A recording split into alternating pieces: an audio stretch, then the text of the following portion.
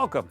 I'm Lee Cowan, and this is Here Comes the Sun, a closer look at some of the people, places, and things we bring you every weekend on Sunday morning. Whoopi Goldberg's path to stardom started with a close-knit family just trying to make their way in Manhattan.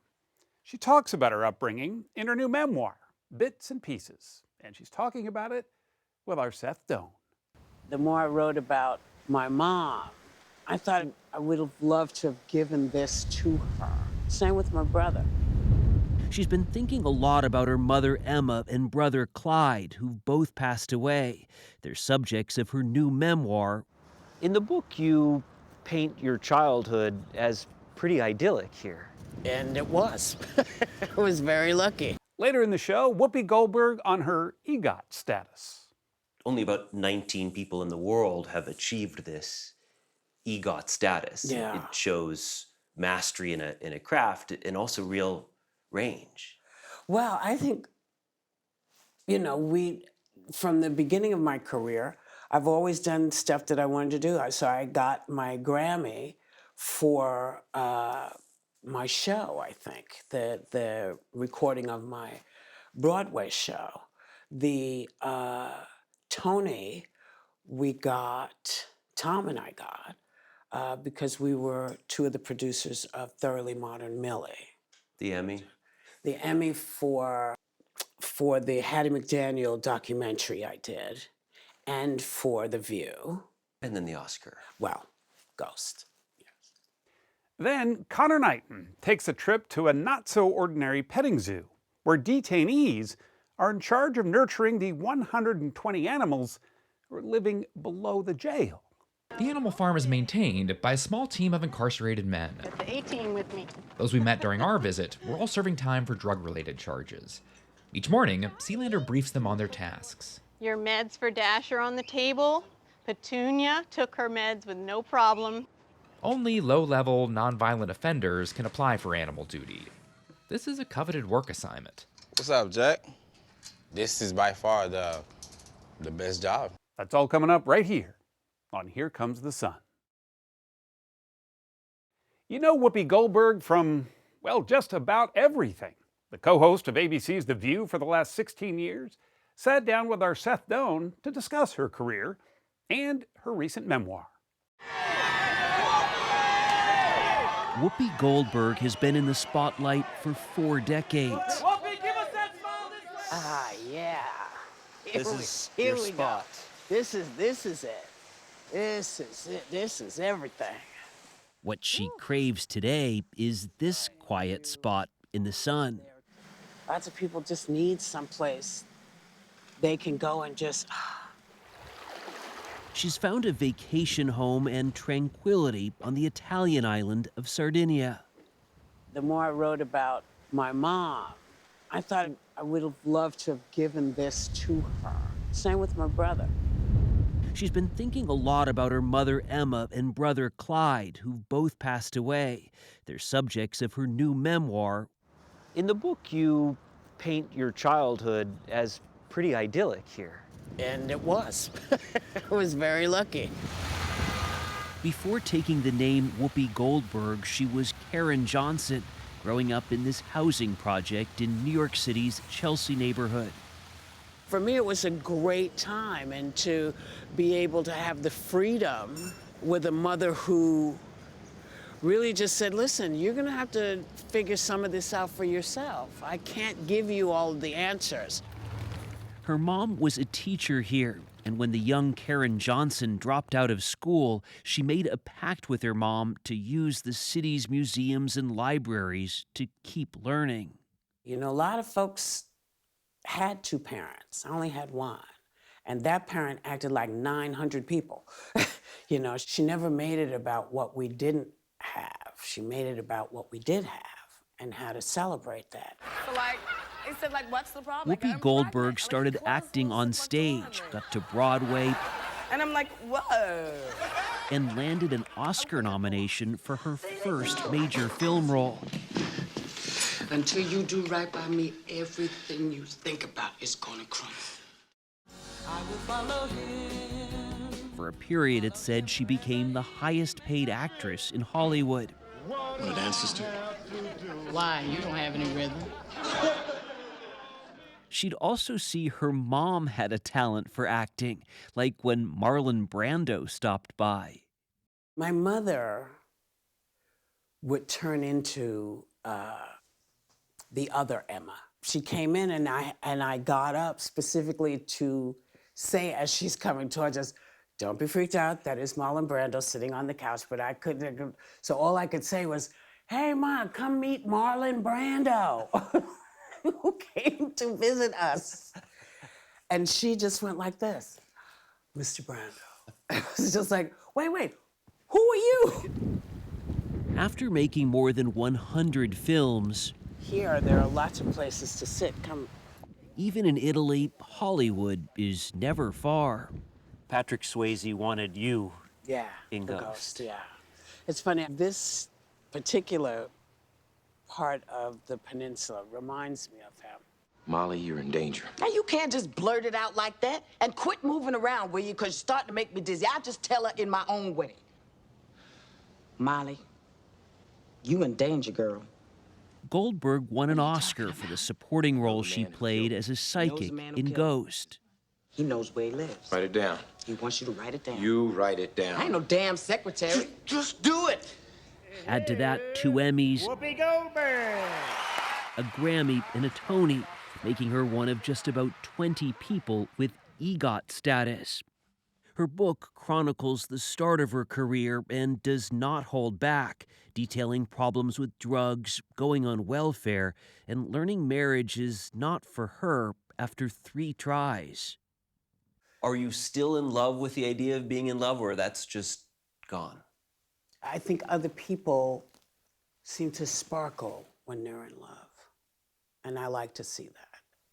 But for me, it's like I sparkle when I'm not in love, which is kind of okay. You know, and the older I get, the happier I am. And so just in case, and I'm directing this to folks who may want to write me on the internet, here's the deal. I know how cute I am. So you don't have to tell me I'm not attractive enough to have a boyfriend, because shockingly, Are you always as confident as you seem? you know, I'm very confident, but I'm also confident in the fact that I make gigantic mistakes and step in lots of poo along the way. On the talk show she's co-hosted for 16 years, Well, as it turns out, there are a lot of major issues happening in Goldberg made a remark about the Holocaust, which she says was misunderstood. She apologized, but ABC suspended her for 2 weeks in 2022. When you look back at that Holocaust comment on The View, the one that you were suspended for, do you regret that? I'm in a quandary at how to answer that, because people are waiting for me to say something. I said what I had to say. They suspended me. I respected what they said. I respected everybody's opinion. And if anyone's ever really interested in it in its entirety, they can look it up. But I will not put myself in that position again. She's been a longtime advocate on a range of issues, often using the show as a platform. The whole idea of some man deciding what happens with my body is so abhorrent to me. Yeah, you can see now you're on a peninsula. There's water on that side, there's water on this Surrounded. Here in Sardinia, she can detach from the world. She motors through audiobooks, has about 9,000 of them, and sometimes just sits. Oh my gosh, how do you ever leave? Very reluctantly.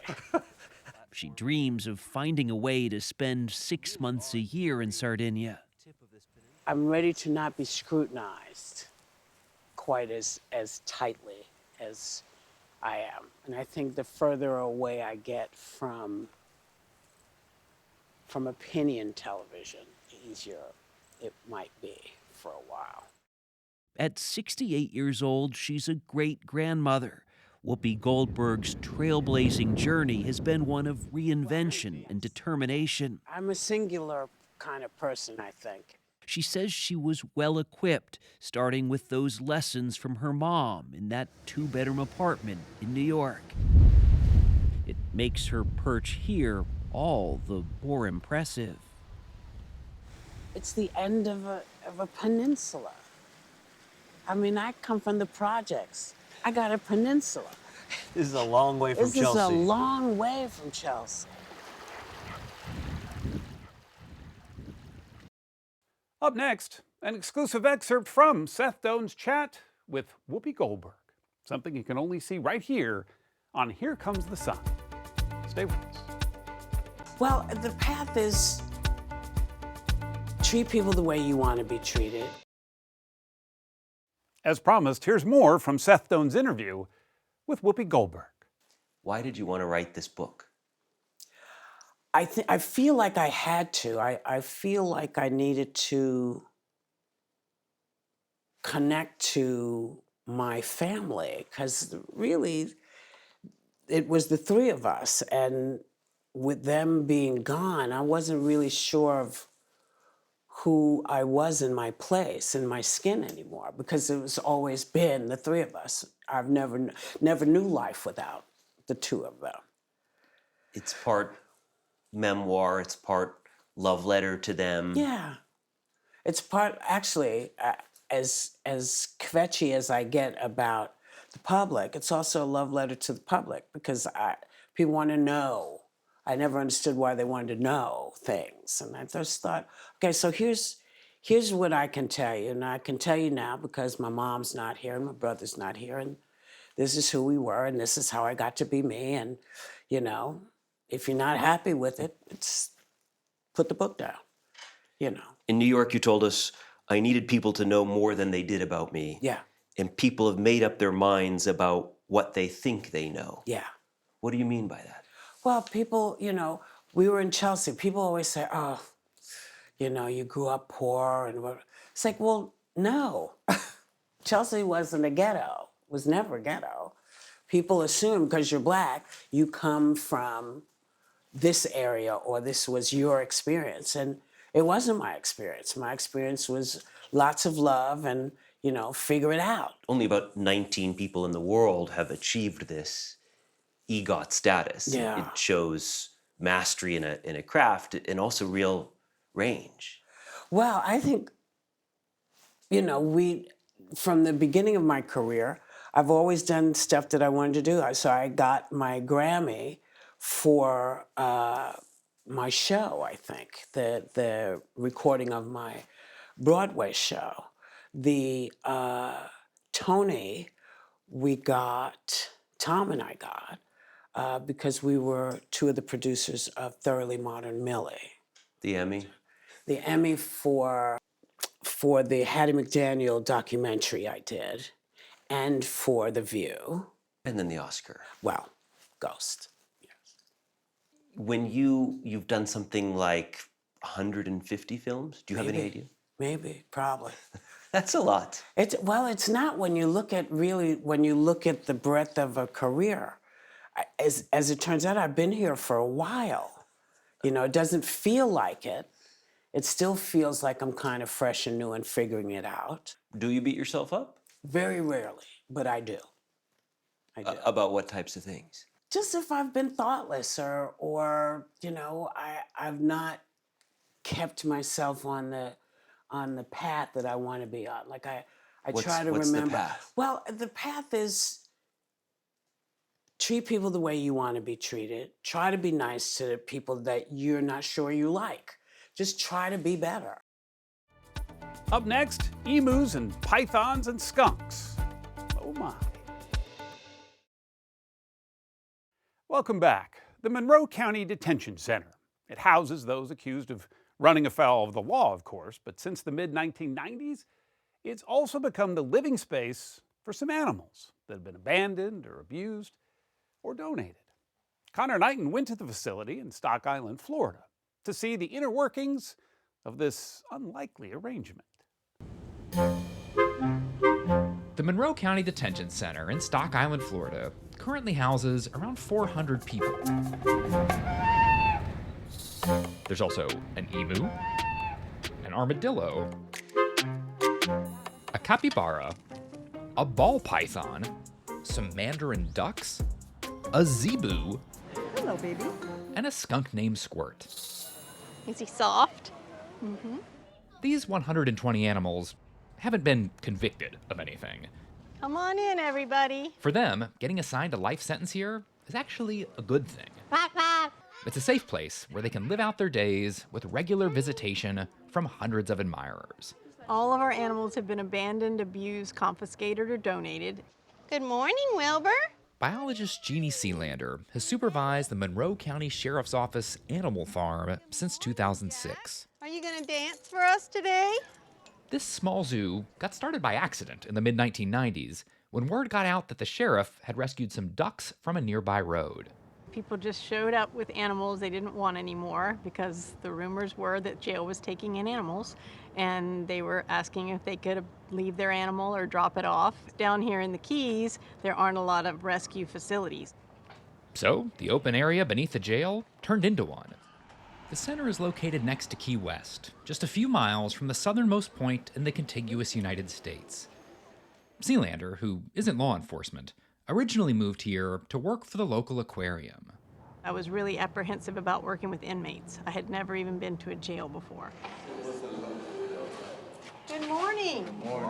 The animal farm is maintained by a small team of incarcerated men. Got the A-team with me. Those we met during our visit were all serving time for drug-related charges. Each morning, Sealander briefs them on their tasks. Your meds for Dash are on the table. Petunia took her meds with no problem. Only low-level, nonviolent offenders can apply for animal duty. This is a coveted work assignment. What's up, Jack?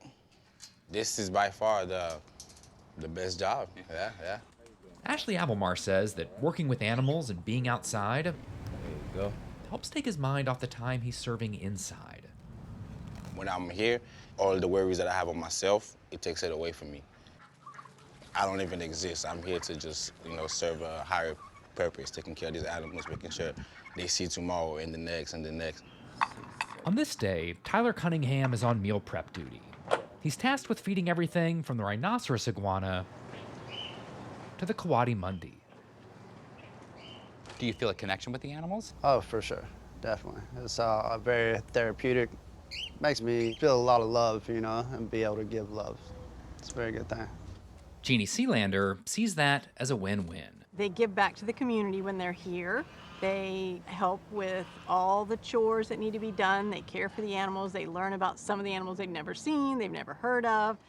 Like lemurs. Eric Garcia had only seen animated ones before he arrived at Stock Island. The lemurs, I remember I saw them in Madagascar movie. That was the first time. Madagascar movie and jail. And jail, yeah. I'd never seen a kinkajou before this one crawled on my head. Tucker, what are you doing? Tucker. That tickles, buddy. Say hi to Calypso. Twice a month, the public is invited, free of charge, to get up close and personal with the animals. Thank you so much. The program is primarily funded by donations. Thank you for the donation. Of cash? Oh, the capybara is gonna love you, right? And of kale. It was nice just to see them, Robert Velasquez was once incarcerated here. Too, I'm not in an orange uniform. I'm Yeah, actually absolutely. free and able to walk right out that gate, too, when I'm done. He wanted to bring his family back to show them the animals he used to work with. That's Kelsey. Isn't that crazy? One day, he hopes to start an animal-focused nonprofit of his own. So, yeah, his face is shaped like a rhino. Those are the types of stories that motivate Jeannie Sealander.